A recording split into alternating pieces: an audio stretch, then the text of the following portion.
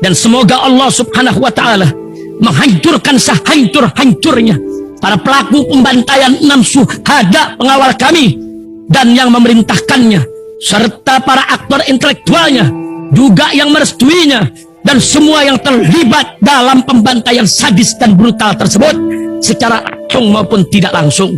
Allahumma dammirhum tadmira waqtulhum badada wala tughadir minhum ahada ya qawi ya matin ya muntaqim amin ya rabbal alamin. Allahu Akbar, Allahu Akbar. Baju koko Habaib putih present Al-Godi.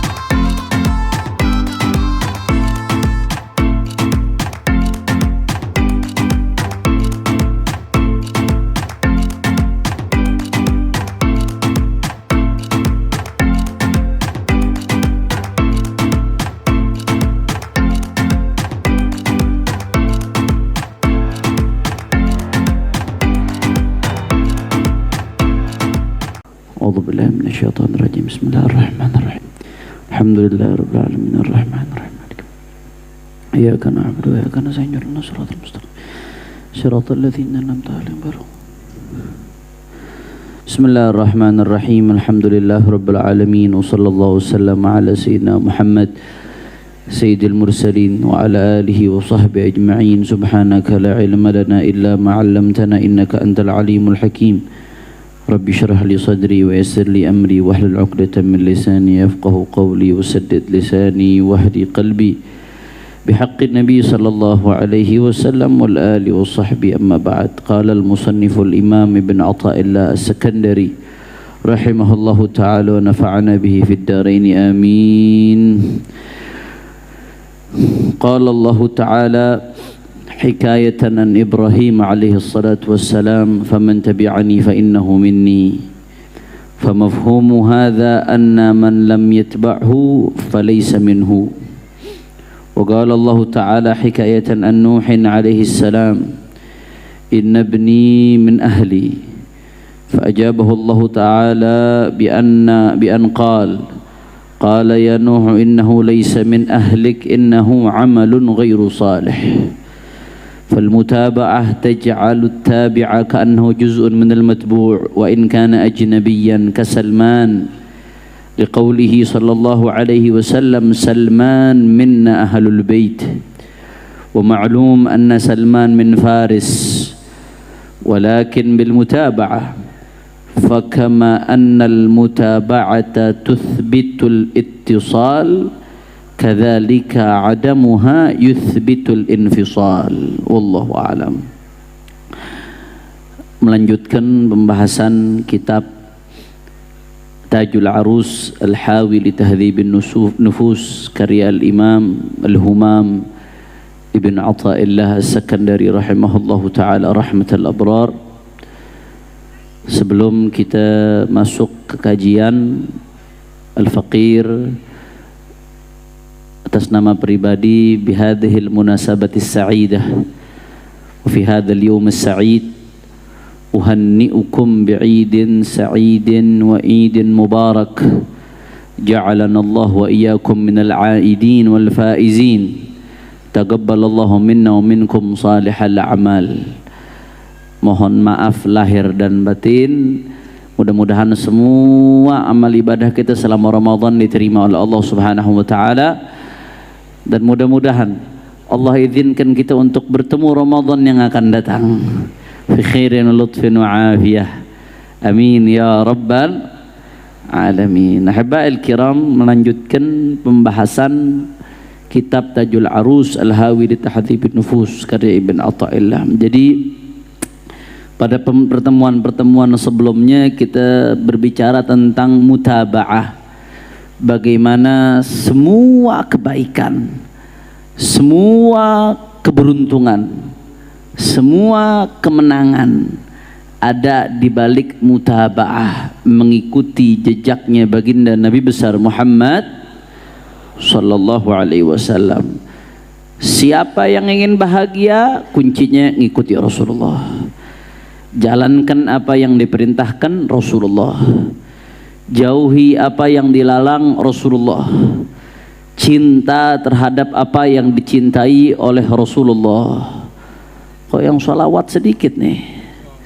Rasulullah sallallahu alaihi wa alihi wasallam, dan benci apa yang dibenci oleh Rasulullah sallallahu alaihi wa alihi wasallam. Al-hubbu fillah wal bughdhu fillah. Itu kunci kebahagiaan. Makanya di sini beliau beristidlal, berdalil bagaimana pentingnya mutaba'ah, mengutip firman Allah Ta'ala di surat Ibrahim ayat ke-36, bahwasanya Allah berfirman, bercerita tentang perkataannya Nabi Allah Ibrahim, faman tabi'ani fa innahu minni. Jadi setelah Nabi Allah Ibrahim di ayat sebelumnya berdoa, Rabbi ja'al hadzal balad aminan, supaya dijadikan negeri ini aman, kemudian berdoa supaya dzurriyyatnya dijadikan orang-orang yang beriman. Kemudian Nabi Allah Ibrahim di situ mengatakan kepada Allah Ta'ala, Allah menceritakan tentang perkataannya Nabi Allah Ibrahim, ya Allah, sesungguhnya innahunna adlalna katsira. Ini kadang-kadang kalau baca ayat ini mesti dicek dulu ini.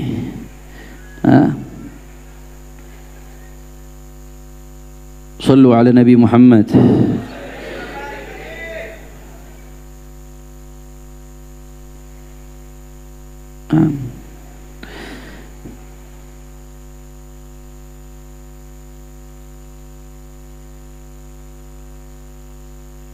Rabbi innahunna adlalna katsira minan nas faman tabi'ani fa innahu minni, kata Nabi Allah Ibrahim. Ya Allah, ya Rabb, sesungguhnya asnam berhala itu ya Allah banyak membuat orang tersesat ya Allah, kata Nabi Allah Ibrahim. Maka ya Allah, ya Rabb, beliau langsung mengatakan, barang siapa yang ikut aku, tadi konteksnya sebelumnya mendoakan dzurriyyahnya supaya beriman. Tapi banyak ini manusia ya Allah yang dibuat sesat oleh berhala-berhala itu, kata Nabi Allah Ibrahim. Maka Nabi Allah Ibrahim menegaskan, faman tabi'ani fa innahu minni. Ya Allah, siapa yang ikut aku maka dia bagian dari aku ya Allah. Nah, kata Ibn Athaillah Sakandari di sini berarti mafhumnya, yang tersiratnya, yang implisitnya dari ayat ini, famafhumu hadza anna man lam yatba'hu falaysa minni. Berarti sebaliknya, kalau yang ikut aku bersama-sama beriman kepadamu ya Rabb, tidak menyembah berhala ya Rabb, dia bagian dari aku ya Allah. Tapi siapa yang tidak ikut aku ya Allah, dia tidak beriman kepadamu, dia tidak menyembahmu, dia syirik terhadapmu ya Rabb, falaysa minni. Berarti mafhumnya, berarti bukan bagian dari aku, walaupun dia keturunanku, ibadallah. Tapi ulama menyebutkan Allah mengijabah akhirnya doa Nabi Allah Ibrahim supaya dzurriyyatnya dijadikan orang-orang yang beriman. Tapi Nabi Allah menegaskan, andai ada dari keturunan beliau yang enggak beriman, falaisa minni, maka bukan bagian dari aku, kata beliau, walaupun dia keturunan. Bahkan enggak sampai di situ ya ikhwan. Allah Ta'ala berbicara tentang Nabi Allah Nuh alaihi salam. Nabi Allah Nuh alaihi salam selesai beliau membangun bahtera. Waktu itu terjadi banjir bandang besar. Sebelum banjir bandang terjadi, Allah perintahkan Nabi Allah Nuh untuk bangun bahtera. Selesai Nabi Allah Nuh bangun bahtera, semuanya disuruh naik. Yang naik hanya yang diizinkan oleh Allah Subhanahu wa taala. Yang naik bahtera itu selamat. Anaknya Nabi Allah Nuh nggak mau naik saat itu ya ikhwan. Akhirnya begitu terjadi banjir, anaknya belum naik, yang lain udah pada naik, diizinkan oleh Allah Subhanahu wa taala. Nabi Allah Nuh ngomong, ya Rabb, inna bni min ahli. Ya Allah, anakku itu termasuk keluargaku ya Allah, izinkan supaya naik juga ya Allah. Ini anaknya langsung, anaknya Nabi Allah Nuh alaihi salam, bukan keturunan ke-10, ke-15, ke-20, enggak, anak Nabi Allah Nuh, salah satu rasulun minar rusul, nabi minal anbiya, anaknya Nabi Allah Nuh. Begitu mau naik, apa kata Allah Subhanahu wa taala? Qala ya Nuh innahu laysa min ahlik, innahu amalun ghairu salih. Wahai Nuh, dia bukan keluargamu wahai Nuh. Dia adalah amal ghairu salih, adalah amal yang tidak baik. Kenapa? Enggak ada mutaba'ah, walaupun dia anaknya, walaupun dia darah dagingnya, tapi kalau nggak ngikutin bapaknya, apa artinya? Maka dari pembahasan seperti ini, pembahasan seperti ini ada beberapa pelajaran yang bisa diambil. Yang pertama, bahwasanya bagi orang-orang yang Allah berikan kenikmatan keturunan yang mulia, entah Habibkah yang keturunan Rasulullah, Sayyid, Syarif, atau yang keturunan Kiai, Gus, Rohra dan lain sebagainya. Ini jadi pelajaran nih dari ayat ini, bahwasanya yang pertama, hanya keturunan saja, garis keturunan nggak bisa menyelamatkan seseorang di hadapan Allah Subhanahu wa Ta'ala. Nggak bisa ya ikhwan, nggak bisa. Kalau nggak dibarengkan dengan mutabaah nggak bisa. Makanya di dalam satu hadis disebutkan, man abta'a bihi amaluh lam yusri' bihi nasabuh. Siapa yang amalnya lambat, nasabnya nggak membuat dia cepat. Artinya apa? Amal yang buruk nggak bisa mengangkat seseorang yang nasabnya baik. Bahkan justru berapa banyak orang yang nasabnya biasa-biasa saja, tapi amalnya baik, Allah angkat. Ada orang amalnya, nasabnya luar biasa, tapi amalnya buruk, dihinakan oleh Allah Subhanahu wa Ta'ala. Enggak, nasab nggak bisa jadi patokan. Kalau nasab itu bisa jadi patokan keselamatan seseorang di hadapan Allah Subhanahu wa Ta'ala, maka yang pertama selamat anaknya Nabi Allah Nuh ya ikhwan. Ini makanya salafun salih nih baca ayat ini nih, innahu ya Nuh innahu laisa min ahlik innahu amalun ghairu salih. Wahai Nuh, itu bukan keluargamu, itu adalah amal yang tidak baik. Para salafun salih nih kalau baca ayat ini banyak yang nangis dari kalangan habaib. Enggak, mereka sama sekali enggak ada kesombongan karena nasabnya yang bersambung ke Rasulullah, enggak. Justru mereka ketika baca ayat ini banyak yang menangis. Nasab saya nggak bisa menyelamatkan saya di hadapan Allah kalau amal saya nggak baik. Ini anaknya Nabi, langsung anak kandungnya, bukan keturunan ke-10, ke-15, ke-20, ke-30. Salafun saleh kalau baca ayat ini mereka nangis, mereka takut nanti di yaumil qiyamah seperti anaknya Nabi Allah Nuh di hadapan Rasulullah SAW. Jadi ini pelajaran luar biasa ikhwan. Nasab seseorang tidak bisa menyelamatkan dia di hadapan Allah Subhanahu wa Ta'ala. Bahkan dalam ayat lain Allah Subhanahu wa Ta'ala berfirman ya, di ayat lain, walladzina amanu wattaba'athum dzurriyyatuhum biimanin alhaqna bihim dzurriyyatahum. Kata Allah Ta'ala, perhatikan baik-baik, walladzina amanu, mereka yang beriman, wattaba'athum dzurriyyatuhum biimanin, dan dzurriyahnya mengikuti mereka dalam hal iman. Artinya orang-orang saleh yang beriman, kemudian datang di kemudian hari dzurriyatnya yang juga ngikuti jejak leluhurnya yang beriman. Apa yang terjadi? Alhaqna bihim dzurriyyatahum. Nanti di akhirat dzurriyatnya, kalau memang kakeknya derajatnya tinggi, dzurriyatnya derajatnya ditinggikan juga oleh Allah Subhanahu wa Ta'ala. Tapi syaratnya apa? Tadi di ayat ada syaratnya, ittiba. Wattaba'athum dzurriyyatuhum biimanin. Hanya sekedar cucu saja nggak cukup, harus ittiba. Nggak ada gunanya tuh. Makanya di tafsir disebutkan, tafsir Ibn Jarir At-Tabari dan beberapa tafsir disebutkan bahwasanya maksud daripada ayat ini nanti di yaumil qiyamah orang-orang yang beriman dan anak cucunya pun ikut beriman, nanti ketika di yaumil qiyamah begitu dia lihat, ya Rabb, anak cucuku mana ya Allah, ya Rabb, kok nggak bareng sama aku ya Allah ya Rabb. Akhirnya Allah Ta'ala lihat anak cucunya beriman atau enggak, anak cucunya ikut beriman, ngikutin jejak iman kakeknya, ngikutin jejak iman leluhurnya, itu anak cucunya diangkat juga derajatnya oleh Allah supaya kumpul sama leluhurnya, saudara. Ya Allah, mudah-mudahan kita dikumpulkan sama orang-orang soleh insyaallah. Nah ini la ilaha illallah. Tapi itu tadi ada catatan di ayat, wattaba'athum dzurriyyatuhum biimanin. Syaratnya tetap ittiba. Nasab yang mulia tanpa ada ittiba nggak ada gunanya ya ikhwan. Makanya Ibn Athaillah mengatakan, fal mutaba'ah taj'alu tabi' ka'annahu juz'un minal matbu' wa in kana ajnabiyan ka Salman liqauli Salman min ahlul bait. Sebaliknya tadi, kalau nasab yang mulia tapi nggak ngikutin jejak datuknya nggak ada gunanya. Tapi sebaliknya, orang yang nasabnya nggak mulia tapi dia ngikutin Rasulullah sallallahu alaihi wasallam, justru dia diangkat oleh Allah Subhanahu wa taala. Fal mutaba'ah taj'alu tabi' ka'annahu juz'un minal matbu'. Mutabaah itu kita mengikuti Rasulullah, kita ini tabi', berarti kita ngikuti. Kalau mengikuti Rasulullah, Rasulullah itu matbu' yang diikuti. Nah, ketika seseorang mengikuti Rasulullah, maka Allah menjadikan pengikut adalah juzuk minal matbu', seolah-olah bagian darah daging dari yang diikuti, ikhwan. Itu baginda Nabi besar Muhammad sallallahu alaihi wa alihi wasallam. La. Dulu salafun saleh nggak ada yang ngandelin nasab, nggak ada. Mereka beramal. Ya, bahkan andai kata nasab itu bisa ngangkat kita di hadapan Allah Subhanahu wa taala meskipun amalnya jelek, andai kata bisa, maka yang pertama selamat di yaumil qiyamah Abu Lahab. Abu Lahab pamannya Nabi. Andai kata nasab bisa menyelamatkan kita di hadapan Allah, yang pertama selamat Abu Lahab, pamannya Nabi. Tapi dia nggak ngikutin Nabi, nggak beriman sama Nabi, nggak ada gunanya kedekatan dia sama Rasulullah sallallahu alaihi wasallam. Allah. Makanya justru sebaliknya yang kedua, justru seseorang yang bernasab mulia itu seperti para habaib, para gus, cucunya kiai-kiai ini, justru itu menjadi pecutan bagi dia. Kalau dia berbuat jelek, bagaimana mungkin engkau berbuat jelek sedangkan kakek-kakekmu orang baik?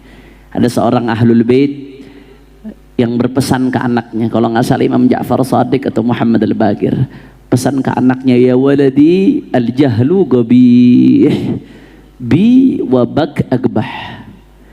Wahai anakku, ilmu itu indah betul, tapi kalau ilmu itu ada padaku dan padamu yang nasabnya bagus, akan lebih indah lagi.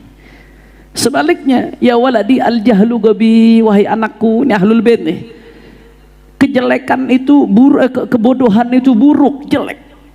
Kebodohan buruk, jelek. Tapi bi wabak agbah. Tapi kalau kamu bodoh, aku bodoh, ketika kebodohan ada padaku dan padamu yang nasabnya bagus ini, akan jadi lebih jelek lagi. Orang yang nasabnya biasa, bodoh, jelek. Tapi kalau ada orang nasabnya bagus, cucu Rasulullah, bodoh, nggak ngerti ilmu kakeknya, padahal kakekmu orang alim bin orang alim bin orang alim bin orang alim sampai ke Rasulullah sallallahu alaihi wasallam. Orang wali bin wali bin wali bin wali sampai Rasulullah sallallahu alaihi wasallam.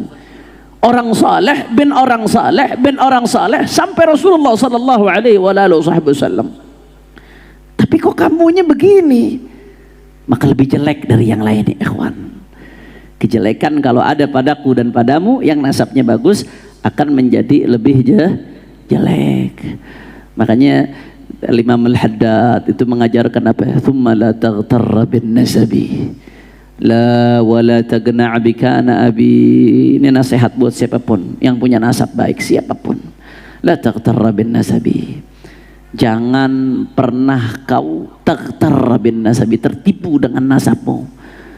Kalau ada yang mengatakan, wah cucunya Nabi nggak bakal masuk neraka, kata siapa? Rasulullah ngomong ke Sayyidatuna Fatimah, wahai Fatimah, lau anna Fatimah binta Muhammadin saragat laqata'tu yadaha.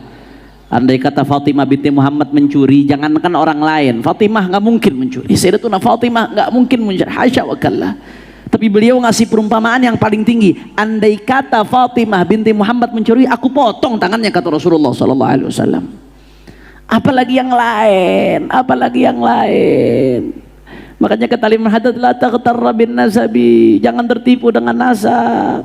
La wala tagna' bikana abi, jangan merasa cukup, ini loh ayahku, ini loh kakekku, ini loh mbahku, ini loh guruku, termasuk. Karena murid itu adalah anak ideologis.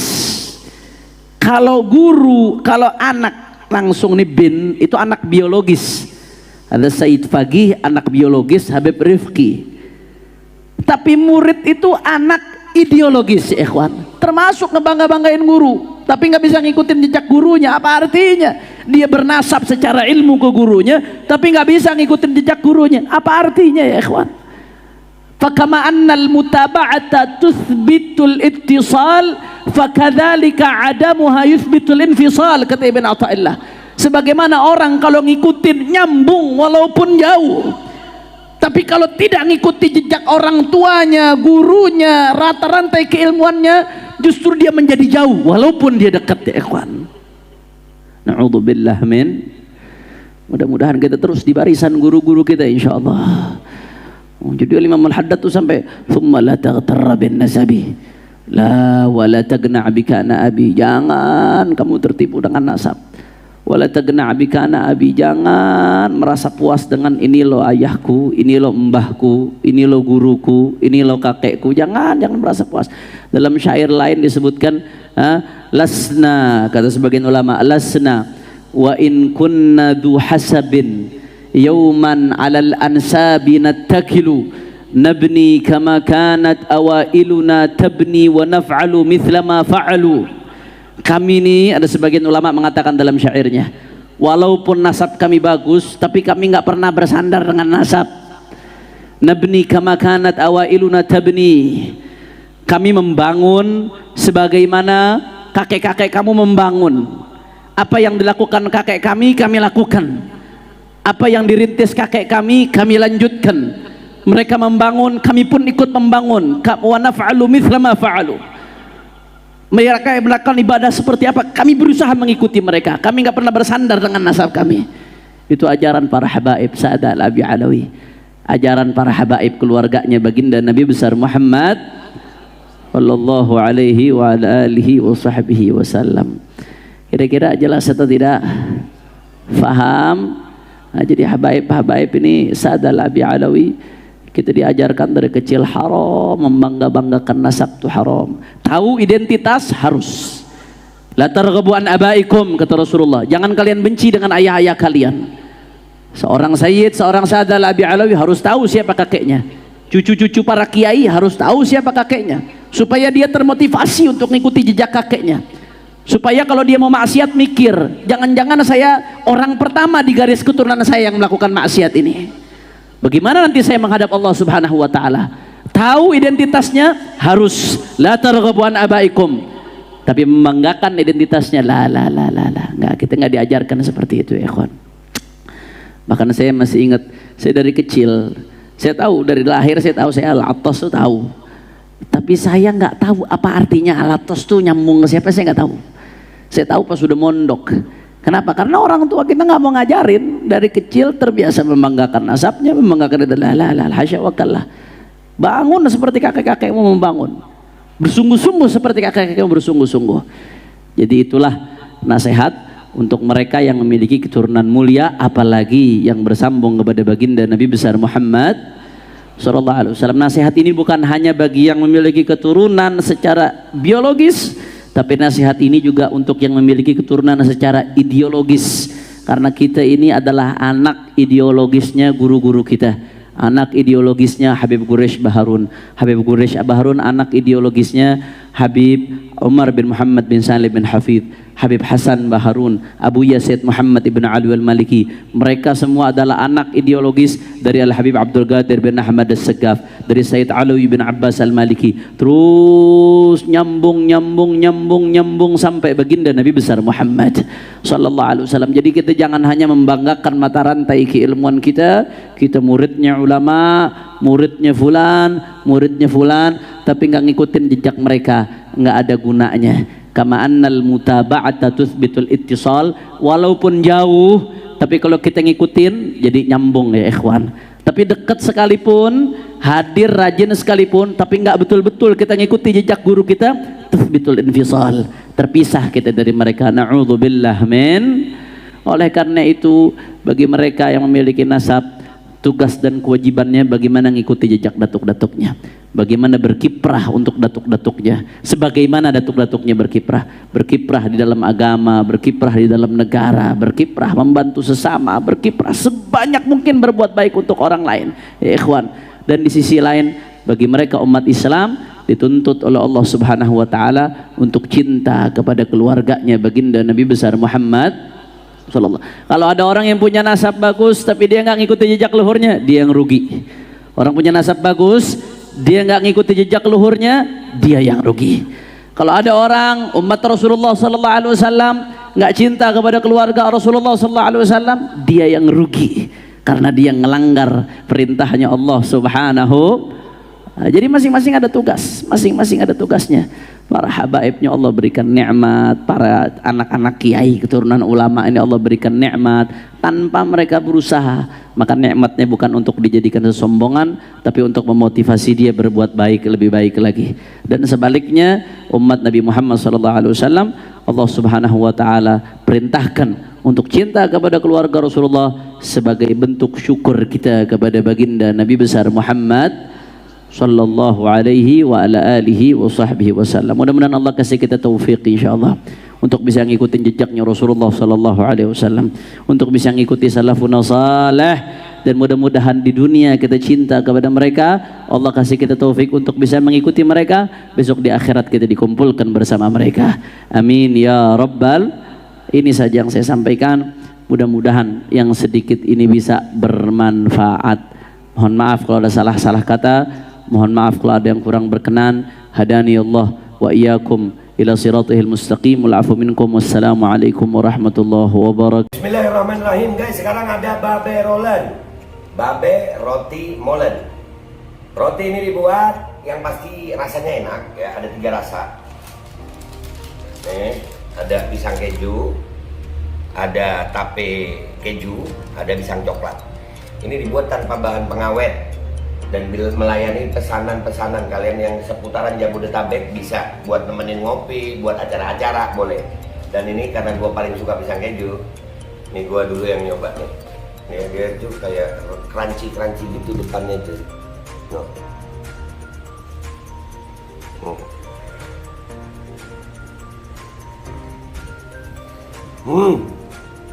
Lo tahu kerennya di depannya, terus di dalamnya empuk. Ya Allah. Udah nggak usah lama-lama, lu kalau kepingin langsung pesen aja, itu ada nomor WA-nya, nanti gua kalau cantumin, ada juga IG-nya, langsung pesen, murah. Ini cuman nanti dia tanya itu 35.000 kalau nggak salah, ya.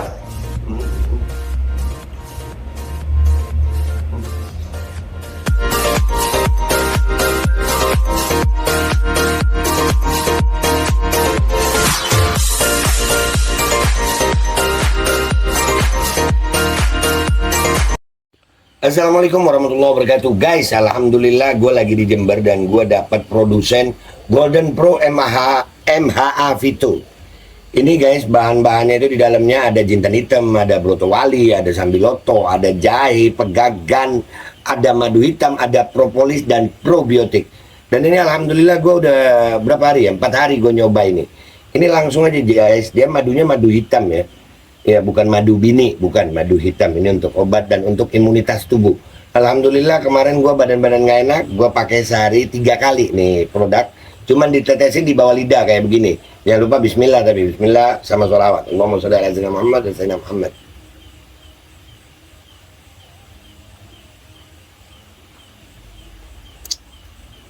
Dah begitu aja, sehari 3 kali. Kalian langsung hubungi nomor yang tertera di bawah ini. Ini insya Allah bisa membuat badan kita tahan terhadap segala macam infeksi dari luar untuk imunitas tubuh. Dah gitu aja, langsung pesan ya. Ini nomornya.